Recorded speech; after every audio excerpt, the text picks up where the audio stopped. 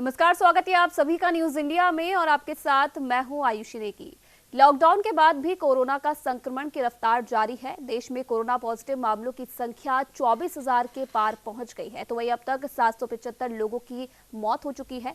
अच्छी बात यह है कि 5,000 के करीब कोरोना संक्रमित मरीज ठीक भी हो चुके हैं। तो वहीं इस बीच आज से देश भर में सभी दुकानें खोली जाएगी। गृह मंत्रालय ने शुक्रवार देर रात लॉकडाउन 2 में रियायत का आदेश जारी किया है। इस आदेश में गांव में सभी दुकानों को खोलने की इजाजत दी गई है। इनमें मोबाइल रिचार्ज, किराना, दूध, सब्जी के अलावा गैर जरूरी सामानों जैसे कि इलेक्ट्रॉनिक की दुकानें शामिल हैं। हालांकि केंद्र ने अपने आदेश को लेकर एक अपडेट भी जारी किया है, जिसमें स्पष्ट किया गया है कि ग्रामीण और नगरीय इलाकों में कौन कौन सी दुकानें खोली जा सकेंगी। हालांकि केंद्र की यह मंजूरी राज्य सरकारों को दी गई है और अब राज्य सरकारें तय करेंगी कि आखिर कौन सी दुकानें खोलनी है और कौन सी नहीं। साथ ही राज्य सरकारें ही तय करेंगी कि किन इलाकों में ये दुकानें खोली जाए। केंद्र के आदेशों के तहत भी दुकानें खोलने के लिए कुछ शर्तों का पालन करना जरूरी होगा। साथ ही ये दुकानें देश और शहरों के उन इलाकों में नहीं खुलेंगी जिन्हें हॉटस्पॉट जोन घोषित किया गया है। तो वहीं शहरों में सभी दुकानें और मॉल्स और शॉपिंग कॉम्प्लेक्स को अभी इंतजार करना होगा। गृह मंत्रालय ने आदेश में ये भी साफ किया है कि जहां दुकानें खुलेंगी वहां दुकानों में 50% कर्मचारी ही काम करेंगे। उन्हें सोशल डिस्टेंसिंग के साथ ही मास्क पहनना होगा और लॉकडाउन की शर्तों का पालन भी करना होगा। मंत्रालय ने यह भी साफ किया है कि हॉटस्पॉट और कंटेनमेंट जोन में किसी तरह की छूट नहीं दी गई है। तो वहीं अगर राजस्थान की बात करें तो राजस्थान की राजधानी जयपुर में law and order Ajaypal Lamba ने सभी पुलिसकर्मियों को निर्देशित किया है कि गुलाबी नगरी में दुकानें खोलने के संबंध में पूर्व में जारी आदेश ही जारी रहेंगे। साथ ही आपको बता दें कि राजस्थान में जयपुर में सबसे ज्यादा कोरोना मरीज मिले हैं, जिसे लेकर सरकार और प्रशासन पूरी तरह एहतियात बरत रहे हैं।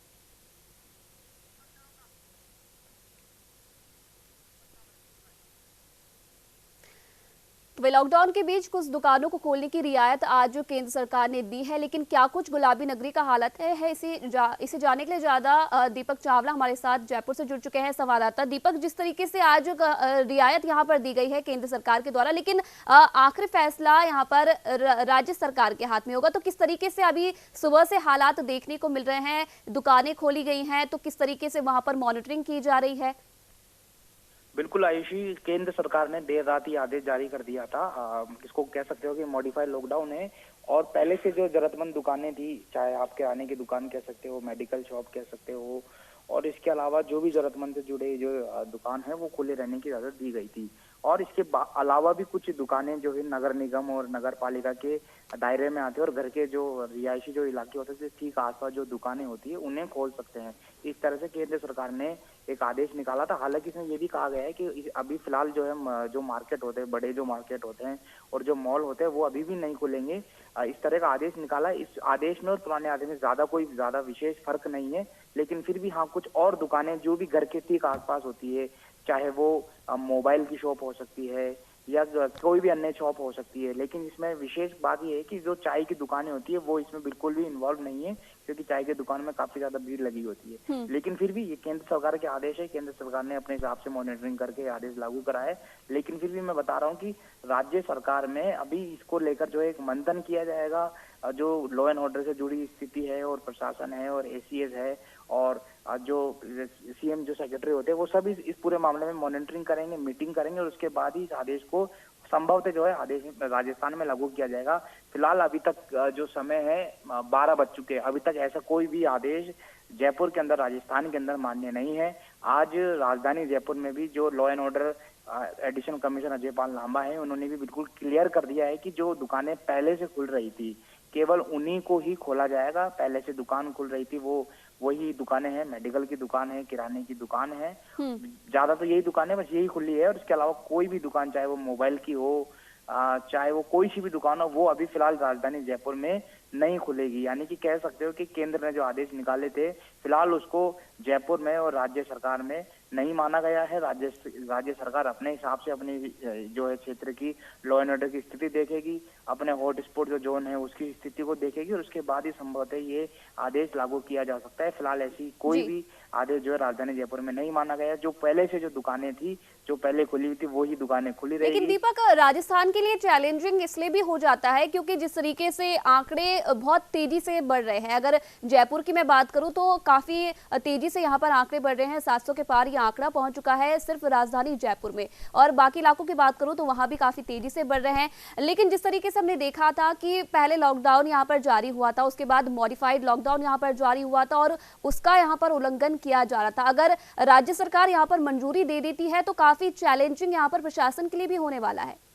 देखिए बिल्कुल आयशा, आपने ठीक कहा। कल की बात कर ले तो कल ही जयपुर में एक दिन में 4 मौतें हुई है। कल 70 रोगी आए हैं एक दिन में, और करीब 786 यहाँ पर जयपुर में अकेले राजधानी जयपुर में है। तो आप इससे संवेदनशीलता का पता लगा सकते हैं कि राजधानी जयपुर में किस तरह से हालात है, खास तौर पे कोरोना को लेकर। हाँ। पहले ऐसा था कि केवल सिर्फ और सिर्फ जो 4 दीवारी क्षेत्र है, विशेष तौर पे रामगंज, गलता गेट और ईदगाह, ऐसा जो क्षेत्र है यहीं पर ही जो है इस तरह का कोरोना के मामले आ रहे थे। लेकिन अब धीरे धीरे 4 दीवारी क्षेत्र से भी ये बाहर निकल चुका है। राजा पार्क में आया है, मानसरोवर में आया है, शास्त्री नगर में आया। तो कह सकते हो कि राजधानी जयपुर के हालात कुछ और है। काफी ज्यादा हॉट स्पॉट राजधानी जयपुर है इस वक्त। तो फिलहाल यहाँ पर जो है किसी भी तरह से छूट देना बिल्कुल एक गलत कदम होगा, और राज्य सरकार को और स्थानीय पुलिस को, प्रशासन को भी इस पर बिल्कुल ध्यान देना चाहिए। फिलहाल कह सकते हो कि जो आम पब्लिक को, आम जन को जो बिल्कुल बेहद जरूरी होता है, वो सिर्फ 2 बातें होती है। एक तो उनको खाने के लिए किराने की जो शॉप है वो खुली है, और अगर कोई बीमार है, छोटी मोटी उनकी कोई बीमारी है, पुराने से कोई दवाई, तो उनके लिए मेडिकल की शॉप जरूरी है। तो फिलहाल कह सकते हैं कि ये 2 शॉप बेहद ज्यादा जरूरी है। किसी भी स्थिति में दोनों शॉप खुलना बेहद जरूरी थी। तो फिलहाल ये दोनों तो खुली हुई है, लेकिन उसके अलावा बात कर ले, कोई रेस्टोरेंट हो, कोई ढाबे हो, कोई मोबाइल शॉप हो, रिचार्ज शॉप हो, ऐसी कई सारी दुकानें होती है, वो फिलहाल जो है अनिवार्य नहीं है। उन्हें फिलहाल यहाँ पर नहीं खोला गया है। पहले भी नहीं खुली थी, अभी भी नहीं खुलेगी। अब आगे क्या होगा उसकी तो अब कुछ ही देर में अपडेट आ जाएगी, जब सीएम अपने अधिकारियों से मीटिंग लेंगे, उसमें क्लियर हो जाएगा। जी बिल्कुल, यूपी के हालात जान लेते हैं। यूपी से हमारे साथ स्टेट है डॉक्टर चंद्रसेन वर्मा यहाँ पर जुड़ चुके हैं। डॉक्टर चंद्रसेन, जिस तरीके से आज रियायत यहाँ पर दी गई है केंद्र सरकार के द्वारा, कुछ दुकानों को खोला जाएगा, लेकिन हालांकि यहाँ पर स्थिति अभी सामंजस्य इसलिए बनी हुई है क्योंकि केंद्र सरकार के द्वारा ये फैसला तो लिया गया है, लेकिन अब राज्य सरकारों को ये फैसला लेना है कि जो दुकानें हैं वो खोलनी है कि नहीं। लेकिन आपसे जानना चाहेंगे क्या कुछ फिलहाल हालात हैं, किस तरीके की तस्वीरें हैं वो सुबह से देखने को मिल रही है? लाखों दुकानदारों और आम लोगों को बड़ी राहत दी है केंद्र सरकार ने। कल देर रात में यह फैसला आया है, लेकिन केंद्र सरकार ने ये बोला है कि इस पे आखिरी निर्णय राज्य सरकारों का होगा। और जिस तरीके से संक्रमण फैल रहा है, मैं आपको बता दूं कि आज रिकॉर्ड बढ़ोतरी हुई है इन केसों में। 1750 केस आज नए पाए गए हैं अपने देश में। हालांकि बीती 24 घंटे का ये आंकड़ा है। तो ये देखा जाए कि संक्रमण पे किसी तरीके का बहुत ज्यादा नियंत्रण नहीं है, और ये लोगों के संपर्क में आने से ही फैलता है। हालांकि इस पे जो केंद्र सरकार ने साफ साफ कहा है कि मल्टी और सिंगल ब्रांड के शॉपिंग मॉल्स नहीं खुलेंगे, और जो भी एकल विंडो वाले, जो सिंगल विंडो वाली जो दुकानें हैं, जो कॉलोनियों के आसपास, आवासीय के आसपास में है, वहां पर 50% सिर्फ स्टाफ रहेगा। शारीरिक दूरी बनाए रखनी पड़ेगी, मास्क का प्रयोग करेंगे और सैनिटाइजर का ये प्रयोग करेंगे। हालांकि पहले से जरूरतमंद जो जरूरतों की चीजें थी, जैसे मेडिकल स्टोर, राशन, आज की दुकानें पहले से भी खुली हुई थी। तो ये राज्य सरकार पे डिपेंड करता है कि किस तरीके से कहां पर लेगा, और जहां पे हॉटस्पॉट है या कंटेनमेंट जोन है, वहां पर किसी तरह की छूट नहीं दी गई है। जी, इसी के साथ अगर छूट तो यहाँ पर दी गई है, लेकिन अगर एक महत्वपूर्ण बात ये भी है कि आज से रमजान का महीना भी शुरू हो चुका है, तो किस प्रकार से अब जिन इलाकों में ये रियायत दी गई है, तो किस प्रकार से मॉनिटरिंग करेगी? क्या कुछ यहाँ पर प्रशासन के द्वारा तैयारियां की गई है? जी बिल्कुल, प्रशासन की ओर से पूरी तैयारियां हैं, और यूपी में बहुत लगातार मीटिंग होती है। रोज मुख्यमंत्री मीटिंग लेते हैं टीम 11 की, और लगातार मॉनिटरिंग होती है। और पुलिस अधिकारियों को खास तौर से निर्देश दिए गए हैं कि वो जगह जगह पर नियंत्रण रखेंगे, और देखेंगे किसी भी तरीके से सोशल डिस्टेंसिंग का जहां भी पालन नहीं हो, वहां पर कड़े निर्णय लिए जाएंगे। ये मुख्यमंत्री ने स्पष्ट कर दिया है। और साथ में ये भी मैं आपको बता दूं कि लगातार यहाँ पर जिस तरीके से लोग सोशल डिस्टेंसिंग का फॉलो नहीं कर रहे थे, उन पे रोज चालान हो रहे हैं, गाड़ियों के चालान हो रहे हैं। आप जो मोटरसाइकिल है उस पे आप सिंगल जा सकते हैं, जो 4 पहिए की गाड़ी पे 2 लोग जा सकते हैं, और बिना मकसद के बाहर निकलने वालों की गाड़ियां सीज की जा रही हैं। जी, डॉक्टर चंद्रसेन, आप बनी रहिए हमारे साथ। यहाँ पर देहरादून से आशीष बडोला यहाँ पर जुड़ चुके हैं, उत्तराखंड के हालात उनसे जान लेते हैं। आशीष, आज केंद्र सरकार के द्वारा एक बड़ा फैसला लिया गया है, कुछ दुकानों को यहाँ पर रियायत देने की बात यहाँ पर केंद्र सरकार ने की है। हालांकि राज्य सरकार का अंतिम फैसला होगा कि आखिर वो दुकानों को खोलना चाहेंगे या नहीं। लेकिन अगर मैं उत्तराखंड की बात करूँ तो क्या कुछ फिलहाल 12 बज चुके हैं, क्या कुछ तस्वीरें अब तक सामने आ रही हैं?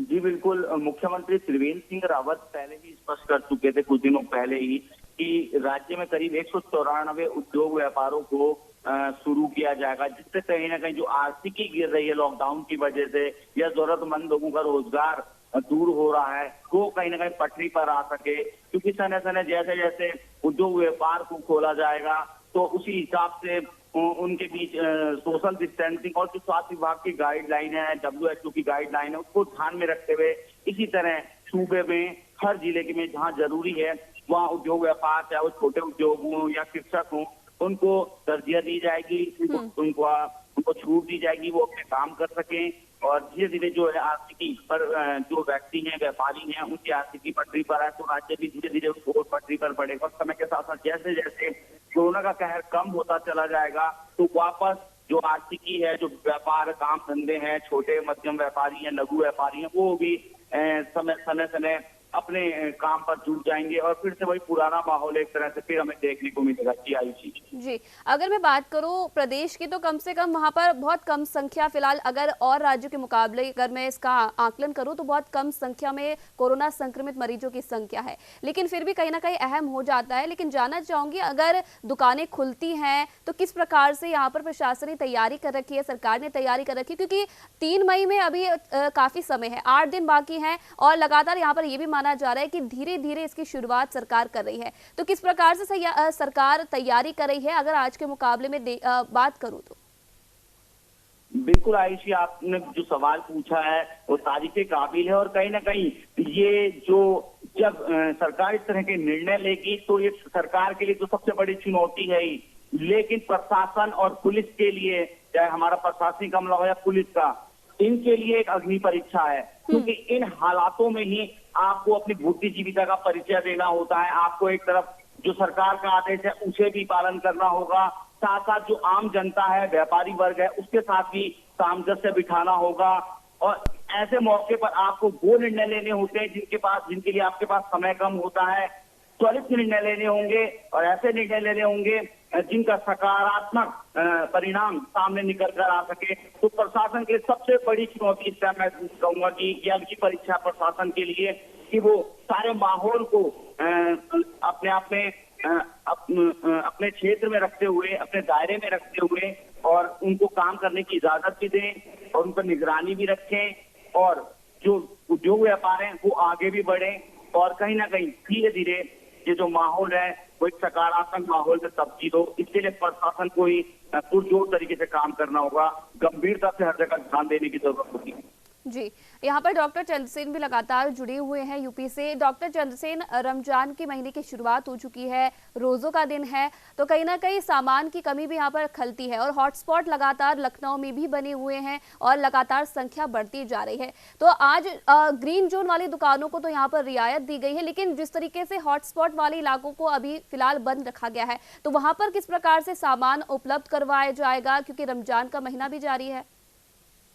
देखिए, ऐसी जरूरत की जो भी चीजें हैं खाने पीने की, उनकी दुकानें पहले से खुली हुई हैं और स्पष्ट तौर पे जो मंत्रालय का जो फैसला आया है उसमें साफ साफ कहा गया है कि हॉट स्पॉट और कंटेनमेंट जोन में किसी तरह की छूट नहीं दी जाएगी। कल जो मुख्यमंत्री की बैठक हुई, उन्होंने ये कहा कि जिस जिले में 20 से अधिक कोविड संक्रमण के लोग होंगे उनको विशेष रूप से समीक्षा की जाएगी और उनके बचाव के उपायों के लिए कड़ाई से पालन किया जाएगा। जिन जिलों में कोरोना संक्रमण रोकने की कोशिश, निगरानी में एक अफसर, एक IPS अफसर रहेगा, स्वास्थ्य अधिकारी रहेंगे, पूरी टीम शामिल की गई है और 1 हफ्ते तक लगातार उनकी निगरानी की जाएगी। और अगर देखा जाएगा कि अगर उसमें किसी तरह की कमी आती है, संक्रमण को किसी तरह से कंट्रोल करते हैं, तो उसमें कुछ छूट देने की प्रावधान है।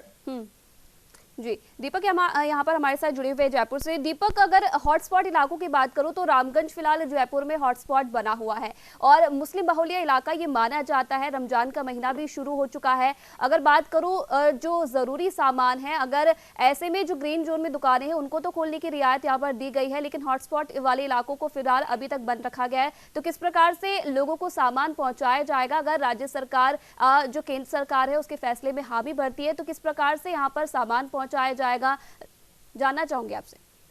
देखिए बिल्कुल आयुषी, ये बिल्कुल आपने बिल्कुल एकदम आपका सही सवाल है और बहुत बड़ी चैलेंजिंग टास्क है राज्य सरकार के लिए, जयपुर के प्रशासन के लिए और जो मुस्लिम समुदाय से जुड़े जो हमारे साथी है उनके लिए भी एक बड़ी जो है इस समय पेशेंस रखने वाली बात है, क्योंकि रमजान का महीना अब आज से शुरू हो चुका है और रमजान जब रोजे खोले जाते हैं तो कई सारी जरूरतमंद के सामान उन्हें चाहिए होते हैं, जिसमें फ्रूट्स भी आते हैं, कुछ खाने पीने की सामग्री भी आती है। और रामगंज में और इन क्षेत्र में बात कर ले तो यहाँ पर जो है ना तो फ्रूट्स वाले पहुंच रहे हैं, ना उन्हें जाने दिया जा रहा है और ना ही वहाँ पर किराने की दुकान खुली है। तो ऐसे में जो है मैं कह रहा हूँ कि उनको काफी ज्यादा पेशेंस रखना पड़ेगा, क्योंकि यहाँ पर बात अभी अपने धर्म की भी है। जो है साल में एक बार जो है रमजान का महीना आता है, पाक महीना आता है, तो वो बिल्कुल इंतजार करते हैं, लेकिन कहीं ना कहीं उन्हें इस वक्त जो है पेशेंस रखना है, कहीं ना कहीं उन्हें समझना होगा, उनकी जिम्मेदारी भी देश के प्रति बिल्कुल बनती है। क्योंकि ये जो मैं कह रहा हूँ कि जो फ्रूट्स होते हैं और जो किराने की दुकान पे जो सामान मिलता है वो वहां पर खुले नहीं है, तो उनको बिल्कुल परेशानी तो निश्चित तौर पर आएगी। लेकिन कहीं ना कहीं जिम्मेदारी अब जयपुर प्रशासन की और राज्य सरकारें की बढ़ चुकी है बिल्कुल, क्योंकि उनको एक बकायदा जो है स्थानीय एमएलए होते हैं और बकायदा जो प्रशासन होता है उन्हें एक सरकार के साथ मिलकर टीम बना के काम करना चाहिए। रोजे में जिन जिन रोजदारों को जिन जिन जरूरती सामान की जरूरत पड़ती है उन सबकी लिस्ट बना के बकायदा एक एक घर में पहुंचाना चाहिए। इस वक्त सबसे बड़ी जिम्मेदारी राज्य सरकार और प्रशासन की यही है कि जो भी जरूरतमंद है, जो भी रोजा कर रहे हैं, उन रोजदारों को जो है कहीं ना कहीं उनके घर घर वो जो सामान है जो भी उन्हें चाहिए होता है वो पहुंचाए, क्योंकि ऐसे इलाकों में इस वक्त कोई भी किराने की दुकान या कोई भी फ्रूट वाला नहीं पहुंच रहा है। जी, और लगातार ये शिकायतें आ भी रही हैं, क्योंकि जिस तरीके से इससे पहले हमने देखा था नियमों का उल्लंघन किया जा रहा था और मॉडिफाइड लॉकडाउन जब पहले दिन जारी किया गया था तो उसके पहले ही दिन ही उल्लंघन यहाँ पर हुआ था, तो काफी चैलेंजिंग होने वाला है। लेकिन सरकार का ये भी कहना है कि अगर दुकानें खुलती है ग्रीन जोन में तो कहीं ना कहीं लोगों को सोशल डिस्टेंसिंग का ध्यान रखना होगा, जो भी अनिवार्य चीजें यहाँ पर लागू की गई है, मास्क लगाना, तो ये सब चीजों का ध्यान रखना होगा। क्योंकि पहले तो ये था कि सिर्फ चिन्हित दुकानों को यहाँ पर खोला जाए, ये सरकार ने फैसला लिया था, लेकिन अब जो सभी दुकानें हैं उनको खोलना यहाँ पर निश्चय किया है। तो किस प्रकार से मॉनिटरिंग की जाएगी, क्योंकि अब काफी चैलेंजिंग होने वाला है। पहले एक दो दुकानें खुलनी थी, लेकिन अब ज्यादा से ज्यादा दुकानें यहाँ पर खुलने वाली है, तो किस प्रकार से मॉनिटरिंग की जाएगी दीपक? और देखिए बिल्कुल आपने ठीक कहा कि दुकानें अब जैसे जैसे समय जो है वो निकलता जा रहा है, सबसे पहले तो बिल्कुल एकदम सख्त था, फिर धीरे मॉडिफाइड लॉकडाउन हुआ, जब 3 तारीख जब आ जाएगी तब थोड़ा और मॉडिफाई कर दिया जाएगा। इसमें जो भी सरकार जो है, केंद्र सरकार और राज्य सरकार जो भी अपने हिसाब से जो भी इसमें जोड़ना है वो जोड़ सकते हैं। और ये बात बिल्कुल ठीक भी है कि पूरी तरह से अगर सबको बंद रखा जाएगा तो कहीं ना कहीं जो इकोनॉमी है वो पूरी तरह से भी डगमगा जाएगी और पूरी तरह से ब्लॉक हो जाएगी। और इसी को कुछ हद तक राहत देने के लिए इस तरह की जो छोटी मोटी जो दुकानें होती है, जरूरतमंद की जो शॉप होती है, उनको खोला गया। तो ये बिल्कुल एक अच्छा कदम है, सराहनीय कदम है। लेकिन इस दौरान जो है दुकान अगर कोई खुलती है तो वहां पर सोशल डिस्टेंसिंग का उनको ख्याल रखना पड़ेगा। खुद एक बाकायदा एक आदेश जारी किया है राज्य सरकारों ने भी कि वह खुद ही जो भी दुकानदार है, जो भी इस तरह से अपनी शॉप खोलते हैं, तो वो खुद ही अपनी जिम्मेदारी को समझे, मास्क पहने, 50% जो उनका स्टाफ होता है वो आए, रोटेशन के हिसाब से जो है ड्यूटी लगाए, एक दिन छोड़ के एक दिन अलग अलग ड्यूटी लगाए, और उसके अलावा मास्क पहने और इसके अलावा सोशल डिस्टेंसिंग का ख्याल रखे। अगर वो उसका उल्लंघन करेंगे तो उन्हीं शॉप पर जो है कार्रवाई जयपुर पुलिस और राजस्थान पुलिस बिल्कुल कर सकती है। और जयपुर पुलिस बाकायदा ड्रोन के माध्यम से भी निगरानी कर रही है। कई ऐसी गलियां होती है, कई ऐसे चौराहे होते हैं जहां पर पुलिस की निगाहें नहीं पहुंच पाती, तो वहां पर जो है वो ड्रोन उड़ाए जाते हैं। और ड्रोन से जो है ऊपर जब ड्रोन उड़ता है तो नीचे का पूरा नजारा उसमें दिख जाता है, उसमें साफ पता चल जाता है कि किस क्षेत्र में कितने लोग बाहर है और किस दुकानदार ने जो है उल्लंघन किया है। तो ये जयपुर पुलिस की अपनी ओर से तैयारी है, बिल्कुल तैयारी रखनी भी चाहिए, क्योंकि बिल्कुल भी यहाँ पर बर्दाश्त नहीं किया जाएगा। क्योंकि एक व्यक्ति अगर संक्रमित होता है तो करीब 400 लोगों को संक्रमित कर सकता है, और 400 लोग पर आप समझ सकते हैं कितने लोगों को संक्रमित कर सकते हैं। तो इस समय ये सख्ती बेहद जरूरी है, सख्ती होनी भी चाहिए, क्योंकि अभी बिल्कुल पीक पॉइंट पे इस वक्त आ चुके हैं। एक महीना जो है बेहद अच्छा निकला है। हालांकि जो है पूरे हिंदुस्तान में करीब 21,000 तक का जो है कोरोना का आंकड़ा पहुंचा है। राज्य सरकार राजस्थान में भी करीब 2,000 लगभग पहुंच चुके हैं। धीरे धीरे जो है आंकड़ा वो बढ़ भी रहा है। अब अगर एक महीना और अगर इसको और कंट्रोल नहीं किया गया तो जो आंकड़े हैं वो और बढ़ सकते हैं। एक अच्छी बात यह है कि राजस्थान के अंदर जो है आंकड़ों में थोड़ी सी कमी आई है, धीरे हुए हैं। जिस तरह से पहले रोजाना जयपुर में करीब 100, 150, 80 आ रहे थे, अब काफी हद तक कम हुए हैं। तो बिल्कुल ये सख्ती जरूरी, और ये सख्ती का ये असर देखने को मिल रहा है कि कहीं ना कहीं जो है वो आंकड़े जो है गिर रहे हैं। लेकिन फिर भी सख्ती अभी और रखनी है, क्योंकि जंग अभी पूरी तरह से जीती नहीं है, जंग अभी भी जारी है और जंग जारी रखनी है। आशीष आपके पास यहाँ पर आना चाहूंगी। जिस तरीके से पहला स्टेप यहाँ पर सरकार ने लिया है, क्योंकि लॉकडाउन खुलने की तिथि भी जल्द से जल्द यहाँ पर आ रही है, 3 मई का समय यहाँ पर दिया गया है लॉकडाउन को खोलने का, और पहला स्टेप आज सरकार ने लिया है। तो अगर पहले स्टेप में कहीं ना कहीं सरकार अगर कामयाब रहती है तो दूसरा स्टेप क्या कुछ रहने वाला है सरकार का? जी बिल्कुल आयुषी, कुछ करने से हमें सीखने को मिलता है और ये लेसन है। अगर सरकार पहले स्टेप में सफल होती है तो बिल्कुल आगे बढ़ना चाहिए, लेकिन एक दायरा जरूर होना चाहिए, एक नियंत्रण होना चाहिए। जनता जो काम कर रही है, आपने जो आदेश किए हैं, जनता समझे कि हमारे मुखिया ने हमको आदेश किया, हमारे प्रशासन ने हमें आदेश किया है, और उनका सख्ती से पालन होने के लिए जनता को भी जिम्मेदार रहना होगा। साथ साथ मॉनिटरिंग के लिए सरकारी अमले को मैदान में उतरना होगा। जब तक सूबे के मुखिया खुद मैदान में नहीं उतरेंगे, मंत्रीगण मैदान में नहीं उतरेंगे, तब तक जनता में भय राप नहीं होगा। पुलिस ही पुलिस कब तक करेगी, प्रशासन कब तक सख्ती दिखाएगा? प्रधान सेवक खुद जनता से कुछ टीवी स्क्रीन पर आकर कहीं ना कहीं अपील कर रहे हैं, निवेदन कर रहे हैं, उनका हौसला बढ़ा रहे हैं, सारे देश को एकजुट कर रहे हैं, खुद को प्रधान सेवक कहते हैं। ऐसे में तमाम प्रदेशों के जो मुखिया हैं, मुख्यमंत्री हैं, उनका कर्तव्य है कि इस विपदा भरी परिस्थिति में वो जनता के साथ खड़े हों और एक शासक, एक अच्छे शासक होने का परिचय दें और जगह जगह घूमें, मॉनिटरिंग करें। इस टाइम उनका जो सेवा भाव है वो जनता के बीच दिखना उचित होगा। जी, डॉक्टर चंद्रसेन हमारे साथ यहाँ पर जुड़े हुए हैं। डॉक्टर चंद्रसेन, 2 फेज यहाँ पर हमने लॉकडाउन के देखे। लॉकडाउन 2.0 इसे नाम दिया गया है, जो कि दूसरा फेज फिलहाल चल रहा है। तो कहीं ना कहीं कोरोना पर इससे कंट्रोल तो हुआ है, लेकिन देश की अर्थव्यवस्था कहीं रुक सी गई थी, और सरकार का कहना है जिस तरीके से आज शुरुआत यहाँ पर की गई है दुकानों की, तो कहीं ना कहीं इससे इकोनॉमी को पटरी पर लाने की कवायद शुरू की है। तो कितना असर इसका जो इकोनॉमी है उस पर देखने को मिल सकेगा? जी, बहुत ज्यादा आर्थिक इकोनॉमी असर पड़ा है। आपने देखा कि कुछ ऐसे लोग भी हैं जो रोज मेहनत करते हैं, उनकी रोटी उसी बात पे निर्भर करती है कि दिन भर कितनी मेहनत करी है उन्होंने। और क्योंकि जैसे सब्जी वाले हो गए, फल वाले हो गए, या जो जिनकी दुकान, जिनकी अपनी खुद की दुकानें थी वो हो गए, उन पे ज्यादा असर पड़ा है। लेकिन ये भी देखने वाली बात है कि प्रधानमंत्री ने कहा कि जान है तो जहान है। बिल्कुल, अगर जान रहेगी तो आगे इकोनॉमी पे किसी न किसी तरीके से सरकार की मदद से या स्वयं कुछ करके चीजें कंट्रोल की जा सकती हैं। लेकिन स्थिति बड़ी भयंकर है, इसको समझना होगा आयुषी। क्योंकि अगर उत्तर प्रदेश की भी बात करें तो कल 19 लोग मिले हैं, जिसमें एक 9 महीने का बच्चा है।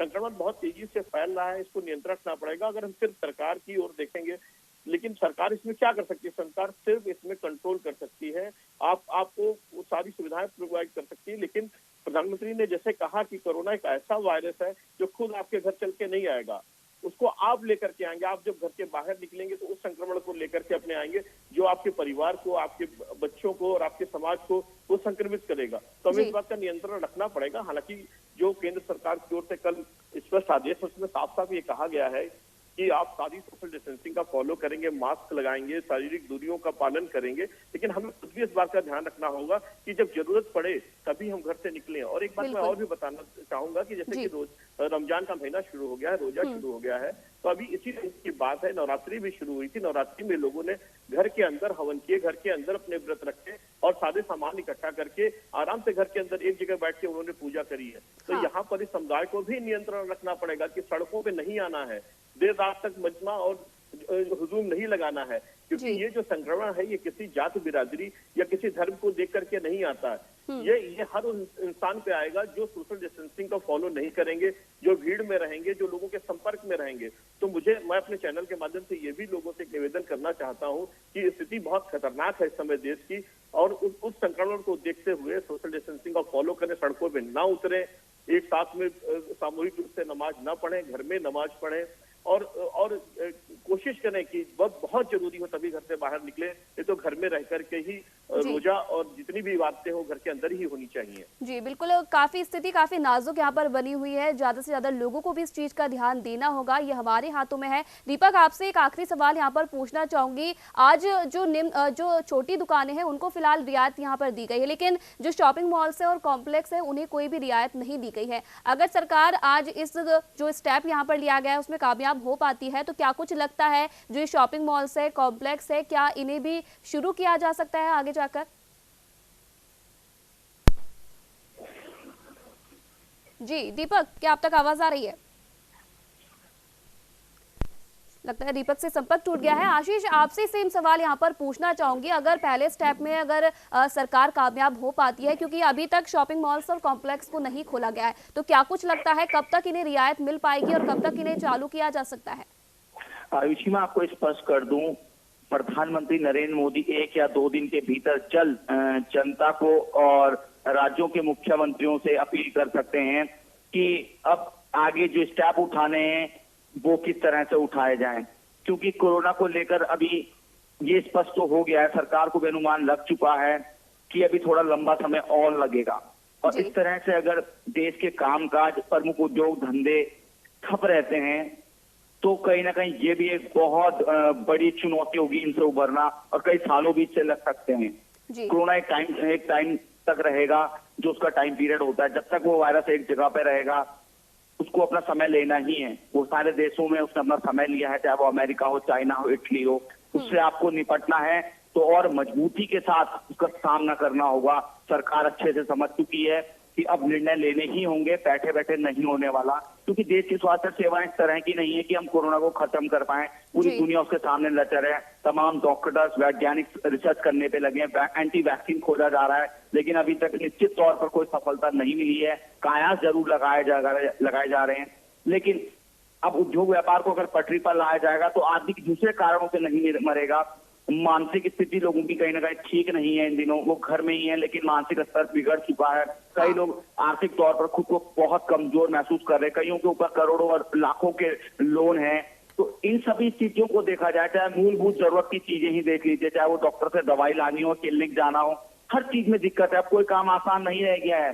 आपको टाइम जरूर दिया जाता है कि आप इतने से इतने बजे तक बाहर निकले, लेकिन बाहर पुलिस आपसे पूछताछ करती है कि आपकी वास्तविक जरूरत है या नहीं, कहीं आप बाहर घूमने तो नहीं निकल रहे हैं, क्योंकि अभी तक देश इस चीज को गंभीरता से जनता ने भी नहीं लिया। अगर जनता ने लिया होता तो सारा तालमेल बैठा होता। तो वही कहीं ना कहीं सरकारों को भी हर एक आदमी को, हर एक घर को चिन्हित करना होगा किसकी क्या जरूरतें हैं। जब सरकार और जनता दोनों ही अपनी जिम्मेदारी को निभाएंगी तो कोरोना वायरस का किसी भी विपदा से निपटा जा सकता है। जी आयुष जी बिल्कुल आशीष, सही कहा आपने। फिलहाल यहाँ पर रियायत तो सरकार की तरफ से जरूर दी गई है, लेकिन कोरोना से जो जंग है देश की वो फिलहाल अभी भी जारी है। फिलहाल आप तीनों का बहुत बहुत धन्यवाद हमारे साथ जुड़ने के लिए। तो जिस तरीके से आज कुछ दुकानों को यहाँ पर केंद्र सरकार के द्वारा रियायत दी गई है, लेकिन कहीं ना कहीं ये ध्यान आम लोगों को भी रखना है कि कोरोना से जंग अभी भी यहाँ पर लगातार जारी है और ये हमारी जिम्मेदारी है कि हमें अभी भी एक हड़बड़ाहट नहीं मचानी है, घरों से बाहर नहीं निकलना है। अगर आपको ज्यादा जरूरी हो तो ही आप घर से बाहर निकले और सेफ रहें। फिलहाल इस खास कार्यक्रम में इतना ही। आप देखते रहिए न्यूज़।